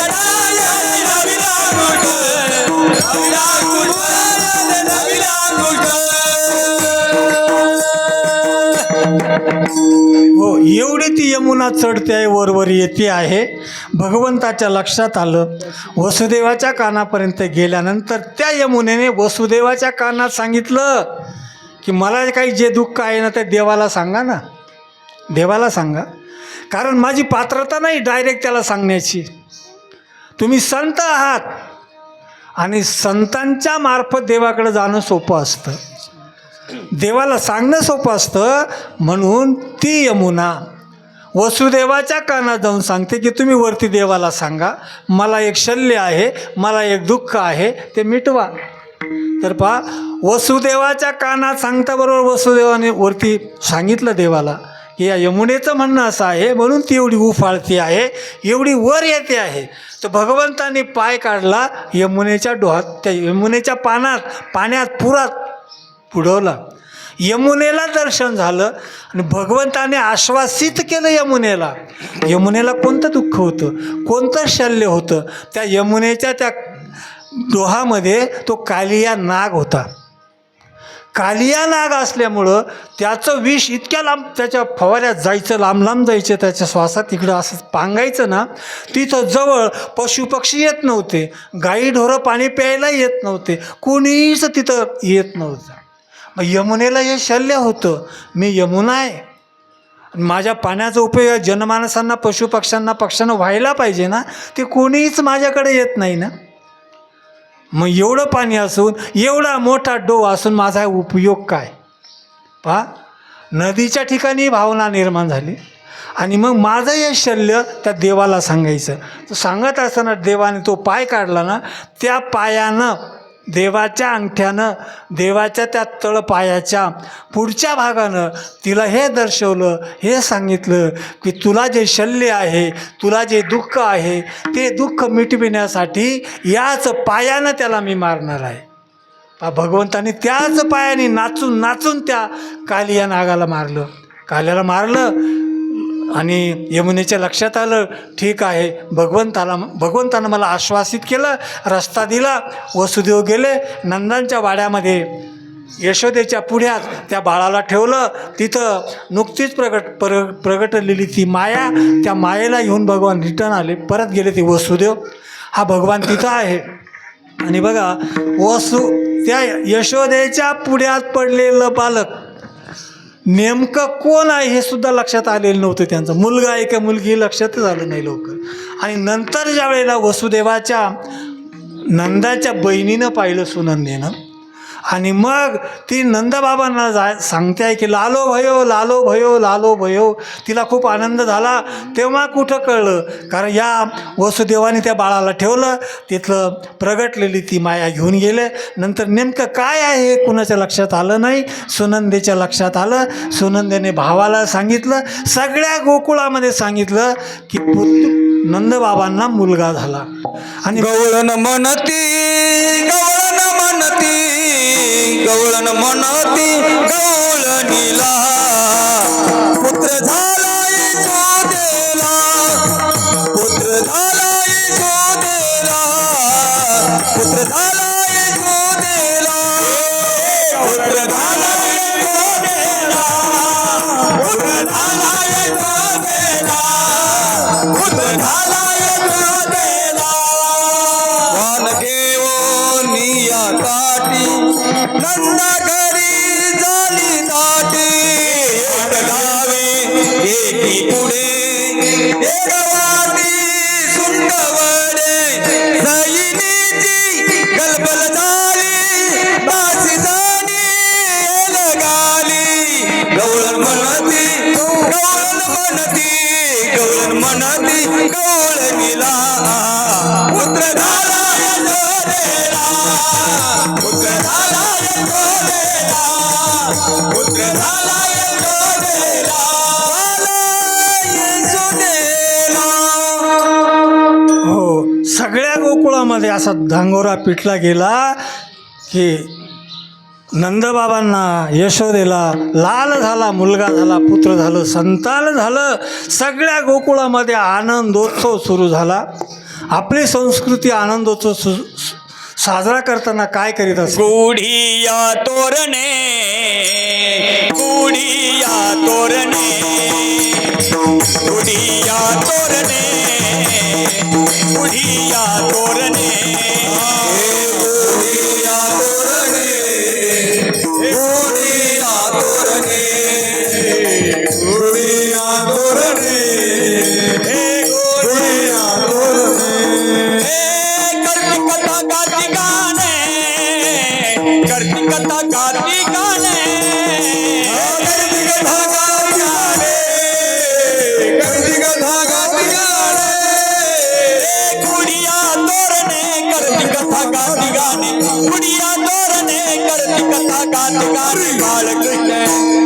बाळकृष्ण, बाळकृष्ण, बाळकृष्ण नंदा घरी, बाळकृष्ण नंदा घरी, बाळकृष्ण नंदा घरी, बाळकृष्ण नंदा घरी, बाळकृष्ण नंदा घरी, हे बाळकृष्ण नंदा घरी, हे बाळकृष्ण नंदा घरी, हे बाळकृष्ण नंदा घरी. हो, गोकुळामध्ये आनंदोत्सव सुरू झालेला आहे. गुढी तोरणं उभारलेलं आहे. जिकडं तिकडं कथा कीर्तनं चालू आहे. कथा कीर्तनं चालली आहे. भगवंताची कथा करणं ही वृथा व्यथा नाही आहे, वृथा व्यथा नाही, ती कथा आहे. आणि त्रिविध तापाचं शमन करणारी ही कथा आहे. तव कथामृतम तप्त जीवनम कविभिडितं कल्मषापहं श्रवणमङ्गलं श्रीमदाततं भुवि गृह्णन्ति ते भूरिराजन. तव कथामृतम, भगवंताची कथा या अमृत आहे. आणि या भगवंताच्या कथामृताचं श्रवण, मनन, निधिध्यासन सगळे गोकुळवासी जन करता आहेत. असा हा नंदाचा लाल पहा त्या ठिकाणी प्रगटल्यानंतर सगळ्यांना आनंद झालेला आहे. पण वस्तुस्थितीनं जर विचार केला तर इकडं मथुरेमध्ये वेगळंच वातावरण तयार झालं. त्या वेगळ्या वातावरणाचा आपल्याला काही विशेष लाभ उठवायचा नाही आहे, त्याचा अनुभव घ्यायचा नाही आहे. फक्त एवढंच सांगायचं आहे की तिथं वेगळी चर्चा सुरू झाली. आणि वेगळी चर्चा सुरू झाल्यानंतर तिथल्या राजाने सगळ्यांना एकत्र बोलवलं, सगळ्यांना एकत्र बसवलं. आणि एकत्र बसवल्यानंतर माझा वैरी जन्माला आलेला आहे. नेमका कुठं आहे हे सांगता येत नाही, कसा आहे हेही सांगता येत नाही, पण 8-10 दिवसापूर्वी तो जन्माला आलेला आहे. अशी चर्चा सुरू झाली. आता अनेक राक्षस, अनेक बुद्धिवान, पैलवान, सगळे वानवान होते तिथं, कंसाच्या तिथं. सगळे वानवान एकत्र आले आणि विचार करायला लागले. त्याला तर बघितलं नाही, तो कसा आहे सांगता येत नाही. जन्माला येऊन 10 दिवस झाले. सगळे थक्क झाले, विचार करायला लागले. तेवढ्यात पुतना उठले. तेव्हा पुतना उठली. बघा, ज्या वेळेला माणसांची अक्कल चालून चालून जिथं थांबते तिथं बाईची अक्कल सुरू होते. विठ्ठल आता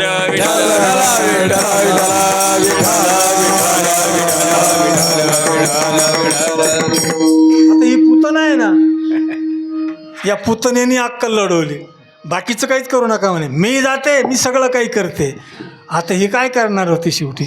जिथं एवढे शूरवीर बुद्धिमंत माणसं हातात झाले, स्तब्ध झाले, बोलेनासे झाले, तिथंही बडबड करायला लागली. मी जाते ना, मी संपवते ना. या पंचक्रोशीत, या 10 कोसाच्या एरियामध्ये 10 दिवसापूर्वी पासून जी बाळं जन्माला आलेली आहेत ना, सगळ्यांना मारते मी. बघा, हा पुण्यात्मा इथं आला गोकुळात. पुण्यातून म्हणावं लागेल ना. एवढ्या हजारो पोरांना जर दूध पाजते तर पुण्यात्मा नाही का ते? पहा, इथं आल्यानंतर आता ती पुतना आहे. बघा, मी पुतना शब्दाचा अर्थ सांगत असतो. पुतना एवढी हुबेहूब अशी सजलेली आहे, नटलेली आहे की यशोदा सुद्धा तिला आडवीत नाही घरात येतात. पहन के साड़ी लगा के गजरा, पहन के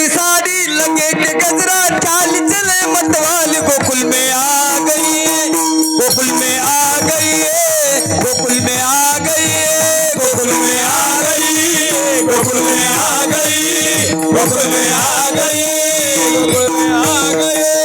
नाम म्हणे आली नंदाच्या अंगणात, स्वरूप सुंदरा देवांगना, स्वरूप सुंदरा देवांगना.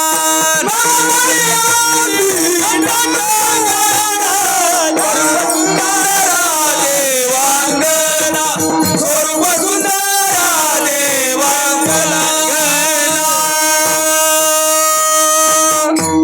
हो, एवढी नटून थटून आलेली होती ती गोकुळामध्ये. तिला न अडवता त्या नंदवाड्यात ती गेलेली आहे आणि यशोदेला म्हणते, का गं तुला मुलगा झाला, मला का सांगितलं नाही? यशोदा बघत राहिली तिच्याकडं. यशोदेने विचारलं, तुम्ही कोण?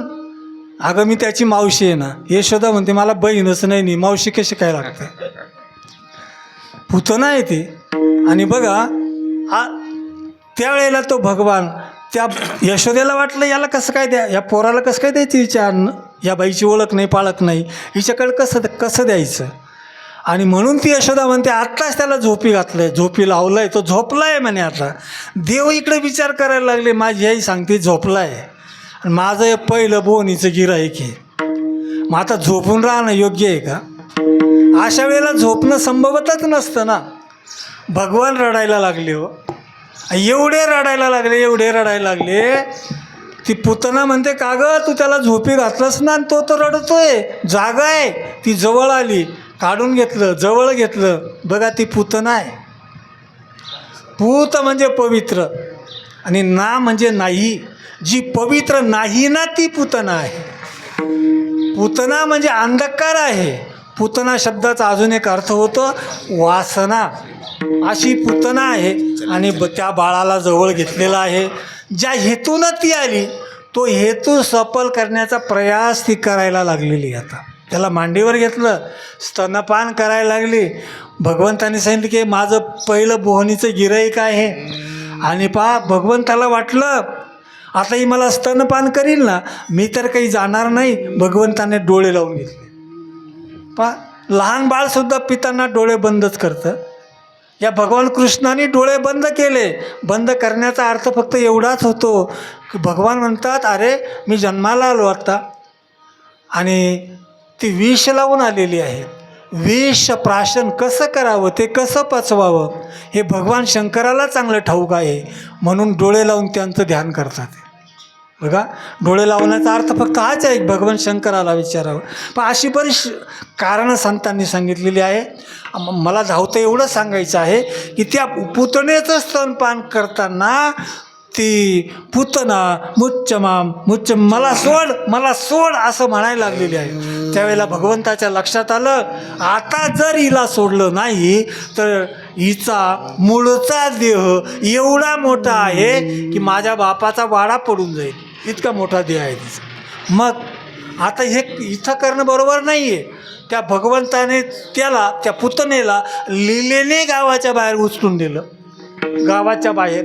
आणि तिथं स्तनपान करीत असताना मुच्चमाम सोड मला म्हणत असताना भगवंतांनी तिला सोडलं नाही. ती मेली, गतप्राण झाली. तेव्हा मूळ देहानं ती पडली ना, तिथं भगवंताने वरून सोडलं ना तिला, तिचा देह डोंगरासारखा 6 कोस पडलेला होता. बघा, 6 कोस देह पडलेला आहे. भगवंत त्या डोंगरावर आहे. तर बघा, यातून आम्हाला हे शिकायचं आहे की जिचा 6 कोसाचा देह आहे त्या 6 कोसाच्या देहाला गतप्राण करणारा 6 दिवसाचा आहे विठ्ठल.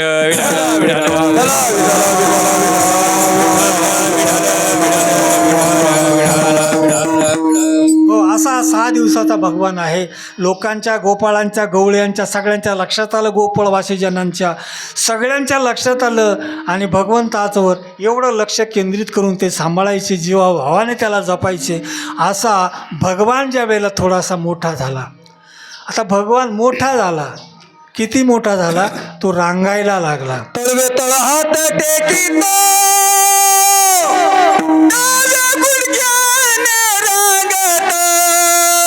रंगनी रंगनाथ तो म्या देखील असे, रंगणी रंगनात तुम्ही देखील असे रंगणी रंगनात तुम्ही देखील असे रंगणी रंगनात तुम्ही देखील असे गौरन दसवंती पैसा गौरन दसवंती पैसा आली या कृष्णाची मागे कृष्णाची मागे येणे येणे वज्री रंगे नवनीत माझे बक्षिले हलवे तळात देखितो सांग गुडघ्याने रांगत रंगणी रंगणी रंगणी रंगनाथ तुम्ही देखील असे रंगणी रंगनाथ तुम्ही देखील असे रंगणी रंगनाथ तुम्ही देखील असे हो, असा हा भगवान रांगायला लागलेला आहे, रांगतो आहे. कसा रांगतो आहे मला ते प्रमाण माहिती आहे चांगलं. रांगत रगणे चोरी तोड अंगणी रांगत गुलगुला बोलत अंगणी रांगत गुलगुला बोलत अंगणी रांगत गुलगुला बोलत अंगणी रांगत गुलगुला बोलत सुरलोलात चरणस्थळी असुरलोलात चरणस्थळी अंगणी रंगत गुलगुला बोलत अंगणी रंगत गुलगुला बोलत असा भगवान रांगायला लागलेला आहे ना. अंगणी रांगत गुलगुला बोलत आसूर तुळवीत पायातळी आसूर तुळवीत पायातळी. आसुरांना तुडवायला लागलेलं आहे रांगत असतानाच, अजून चालत असताना नाही, रांगत असताना अनेक आसुरांना तुडवलं. आपल्याला माहिती आहे पुतनेला तर तुडवलं, संपवलंच. असा भगवान लहानसा मोठा व्हायला लागला.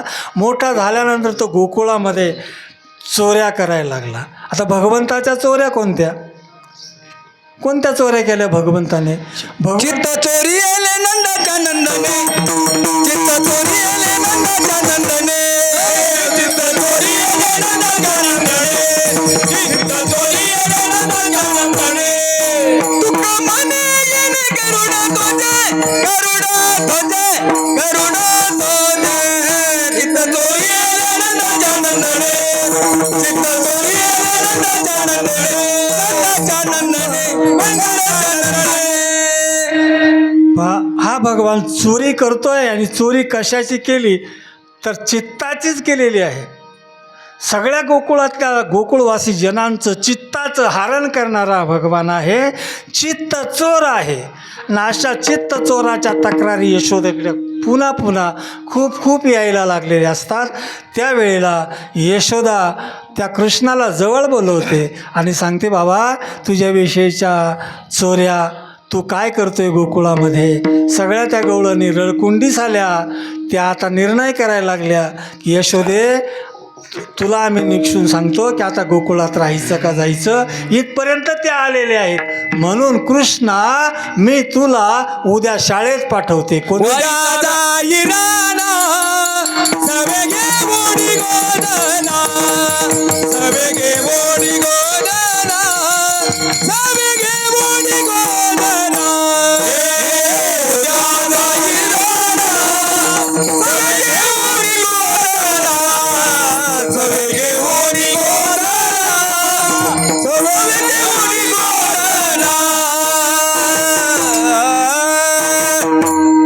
त्यावेळेला यशोदा मातेने सांगितलं की उद्या जंगलात जायचं, गायी सांभाळायच्या, हे काम करायचं. भगवान विचार करायला लागले, आई फार लेट झालं ग हे. याच्या अगोदर मला सांगितलं असं तरी मी त्याच कामासाठी आलो होतो ना. उशिरा सांगितलं, काही हरकत नाही, मी आनंदाने जाईल. आई मी एकटा नाही जाणार, माझे सगळे गोकुळवासी मित्र लहान मोठे सवंगडी बरोबर असतील. यशोदा म्हणते ठीक आहे, सर्वजण जा. अरे तुम्ही गाया घेऊन रे गोपाळ रानातिया अरे तुम्ही गाया घेऊन रे गोपाळ रानातिया अरे तुम्ही गाया घेऊन रे गोपाळ रानातिया अरे तुम्ही गाया घेऊन रे गोपाळ रानातिया या हो, सगळ्या गोपाळांनी त्या अरण्यामध्ये त्या वनामध्ये ती वृंदावन अशी 84 वनं आहेत तिथं. यमुना पुलीन आहे, गोवर्धन पर्वत आहे आणि या ठिकाणी गाई घेऊन जायचे, चारायचे, सांभाळायचे. बघा भगवंताचं जीवन आम्हाला हे दर्शवितं की गावो विश्वस्य मातरः. गाय ही विश्वाची माता आहे, तुमची आमचीच नाही, विश्वाची माता आहे. आमची माता सीमित आहे, आमच्यापुरतीच आहे, पण ही गोमाता विश्वाची माता आहे. आणि या विश्वाच्या मातेला सांभाळणारा हा विश्वनायक आहे, भगवान आहे, अखिल कोटी ब्रह्मांड नायक आहे. गोपाळांच्या समवेत गायी सांभाळतो, दिवसभर त्यांच्याबरोबर खेळायचं, बागडायचं, उड्या खेळ काना यमुना तटी, खेळ काना यमुना तटी, खेळ काना यमुना तटी, खेळ काना यमुना तटी. तारी तो गोंदने हाती घेऊन काठी, तारी तो गोंदने हाती घेऊन काठी. खेळ काना यमुना तटी, खेळ काना यमुना तटी, खेळ काना यमुना तटी, खेळ काना यमुना तटी, यमुना यमुना तटी, खेळ काना यमुना तटी, खेळ काना यमुना तटी, खेळ काना यमुना तटी. हो, असा भगवान गोपाळांच्या बरोबर खेळायचा. भगवंतांनी एके दिवशी गोपाळांना सांगितलं का रे गोपाळांनो, उद्या आपल्याला काला करायचा आहे म्हणे. काला. गोपाळ म्हणतात काला म्हणजे काय? काला म्हणजे सगळ्यांनी एकत्र येणं हा काला आहे. वेगवेगळं जाणं हा काला नाही, एक होणं हा काला आहे. हा, अशा काही वस्तू असतात की त्या एक झाल्या का पुन्हा वेगळ्या होतच नाही, त्याला काला म्हणतात. मग काला म्हणजे काय की आपण सगळ्यांनी एकत्र यायचं. काला म्हणजे दही लाहीचा काला, एक होणं हा काला आहे. मग हा एक होणं हा काला आपल्याला करायचा आहे. म्हणजे नेमकं काय करायचं तर तुम्ही तुमच्या शिदोऱ्या घेऊन यायच्या, सगळ्यांनी सगळ्यांच्या घरून शिदोऱ्या आणा. पहा, ज्यावेळेला भगवंतानी गोपाळांचा संवाद चालू होता ना, भगवंताने सांगितलं ना तुम्ही प्रत्येकाच्या घरून शिदोऱ्या आणा, माझ्यासारखीच आणा, माझ्या तशीच आणा. एक गोपाळ म्हणतो देवा माझं कोणीच नाही घरी. कशाला सांगतो मला? पहा, वस्तुस्थिती अशी आहे की त्यांच्या संवादात हे निष्पन्न झालं. त्या गोपाळाने सांगितलं की माझं कोणी नाही घरी, फक्त तूच एकमेव माझा आहे. मग मायेला चोरून कसं काय आणू? मायाचं नाही, कोणीच नाही घरी ना. तर पहा, वस्तुस्थिती सांगते की सगळ्या गोपाळांनी शिदोऱ्या आणलेल्या आहेत. खडकी सोडील्या मोठा आजीचा दैकाला, सगळ्यांनी शिदोऱ्या आणलेल्या आहेत, एकत्र केलेल्या आहेत. बघा किती मोठं भाग्य आहे. ते भगवान सगळ्यांना तो काल्याचा प्रसाद देणार आहे. बघा तो काल्याचा प्रसाद आपल्याला मिळणार आहे. त्याआधी मी आपल्याला एवढं सांगतो की आपल्या सद्गुरुदेवांनी या ठिकाणी एक कनकेश्वर महादेवाचं मंदिर, प्राणप्रतिष्ठा, मंदिराची उभारणी हे केलं. ते 1978 केलेलं आहे. तर आज जवळजवळ किती वर्ष झाली आणि एवढ्या वर्षाचा कालावधी गेला. आणि म्हणून आज त्या मंदिराचा खऱ्या अर्थानं आपण जीर्णोद्धार केला पाहिजे. कारण या पिढ्यानपिढ्यांनी जीर्णोद्धार करीत करीत आपली संस्कृती आपल्यापर्यंत आलेली आहे. जीर्णोद्धार होणं महत्त्वाचं असतं आणि तो करणं आपलं कर्तव्यही असतं. गावाच्या दृष्टीनं मंदिर चांगलं असणं, सुशोभित असणं हे गावाचं नाकच असतं. आणि ते मंदिर जर कसं तरी असलं तर ते बरोबर वाटत नाही. तर म्हणजे आपल्या गावामध्ये आमच्या सद्गुरूंनी 78 ज्या मंदिराला या ठिकाणी प्राण प्रतिष्ठित केलं, मंदिराची उभारणी केली, तेच मंदिर आज ज्या बाबांनी हे मंदिर उभारलं त्या बाबांचं मंदिरही आपण 5 वर्षापूर्वी बांधलं. ज्यांनी मंदिराची उभारणी केली त्या बाबांच्या प्रेमापोटी, श्रद्धेपोटी त्या सद्गुरूंच्यासाठी आम्ही मंदिराची उभारणी केली. चांगलं असं मंदिर या ठिकाणी त्यांचं उभारलं. आम्ही सेवा करतो आहे त्यांची. पण आता आमच्या पुढं हा प्रश्न आहे की हे जीर्ण झालेलं मंदिर बाबांनी 78मध्ये हे मंदिर पूर्ण केलं आणि 76मध्ये डोंगरावरचा सभामंडप बांधला होता. तर बघा त्या सभामंडपाची तिथं त्यावेळेला जे सामान उपलब्ध झालं ना ती अशी चांगली वाळू नव्हती किंवा असं काही नव्हतं, डोंगर होता. तर मग ते सगळं असल्यामुळं तरी ते 52 वर्ष टिकलं आणि त्या सभामंडपाचा आता जीर्णोद्धार झालेला आहे. एकदम चांगल्या प्रकारे ते सभामंडप आज दिसतं आहे आपल्याला. तद्वत आपलं हे जे मंदिर आहे ना, बाबाजींनी आपल्याला त्यावेळेस दिलेली जी प्रेरणा आहे ना ती पूर्णत्वात येण्यासाठी आपण सगळ्यांनी एकत्र यायचं. आणि आता काही त्यावेळेसारखी परिस्थिती नाही आपली. मंदिर बांधताना आपली परिस्थिती फार अवघड होती. थोडंफार धान्य जमा करायचं, ते एकत्र करायचं, ते कुठंतरी विकायला न्यायचं, मग हे करायचं. आज तसं नाही आहे. आम्ही त्यापेक्षा 100 पट चांगले झालो आहोत. विठ्ठल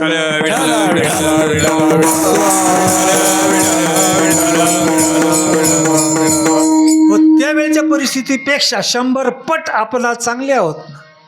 चांगली घरं आहेत, सगळं चांगलं आहे, आमची बुद्धी पण चांगली आहे.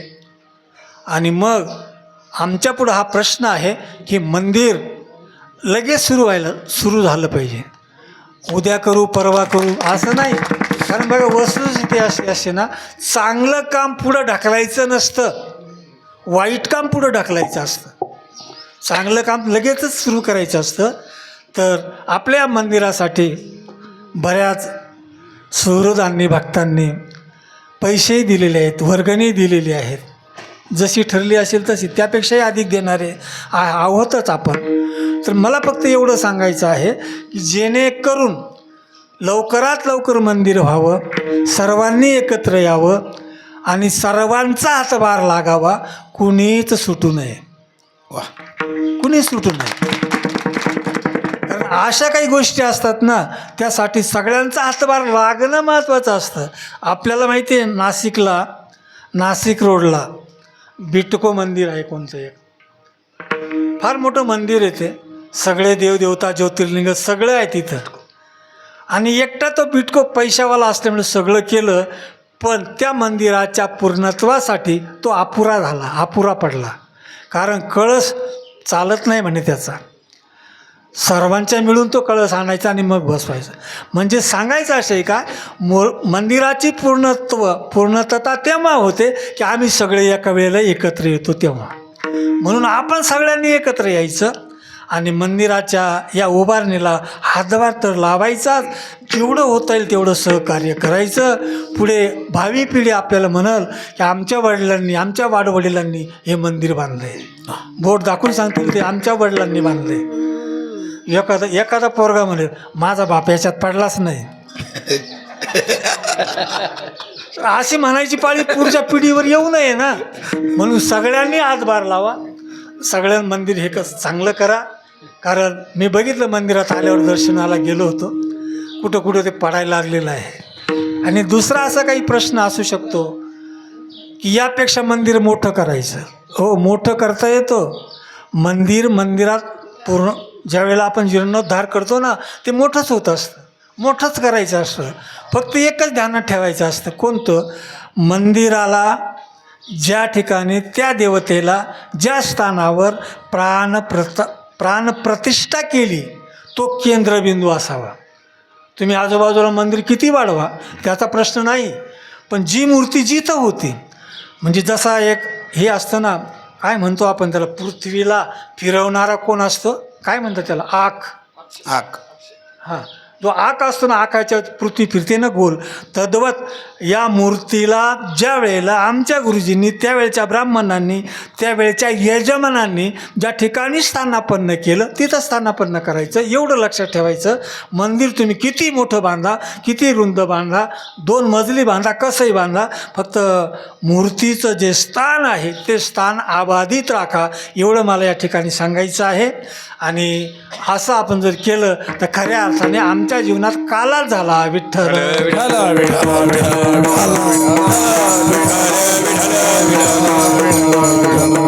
असं नाही झालं तर मग विखुरला गेला होऊ द्यायचं नाही. कालाच करायचा आहे तो, अशा पद्धतीनंच करायचा आहे. असाच काला भगवंतांनी त्या गोपाळांच्या समवेत त्या यमुनेच्या वाळवंटात केला. त्यावेळेचं जे काही हृदयद्रावक जे दृश्य होतं ते दृश्य एवढं विलोभनीय होतं की ते पाहण्यासाठी देव वरती जमा झाले होते. त्या दृश्याला बघण्यासाठी देव वरती जमा झाले होते.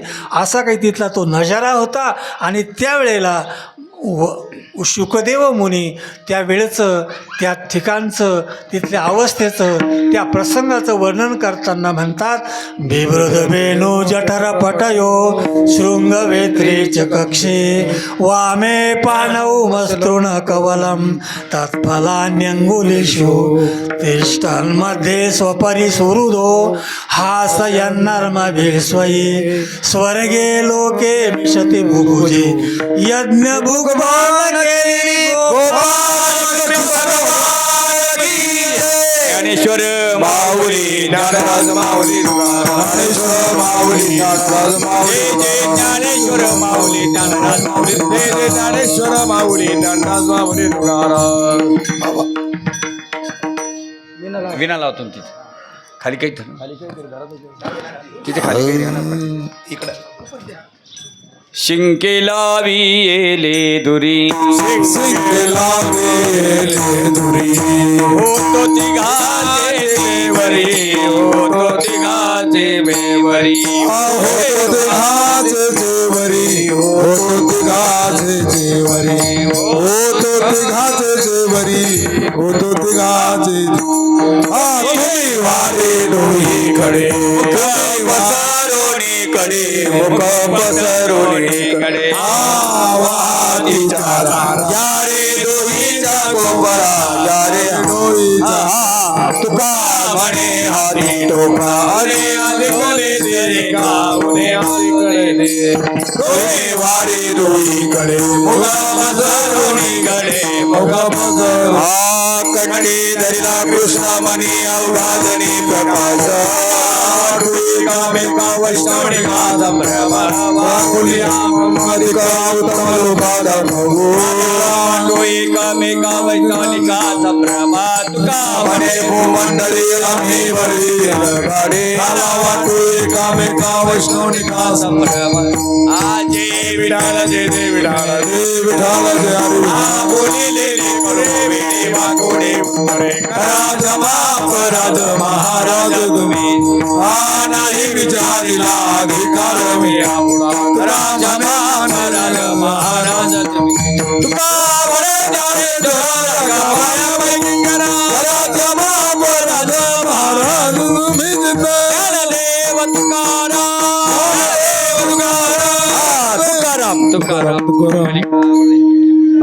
वरदे हरिठल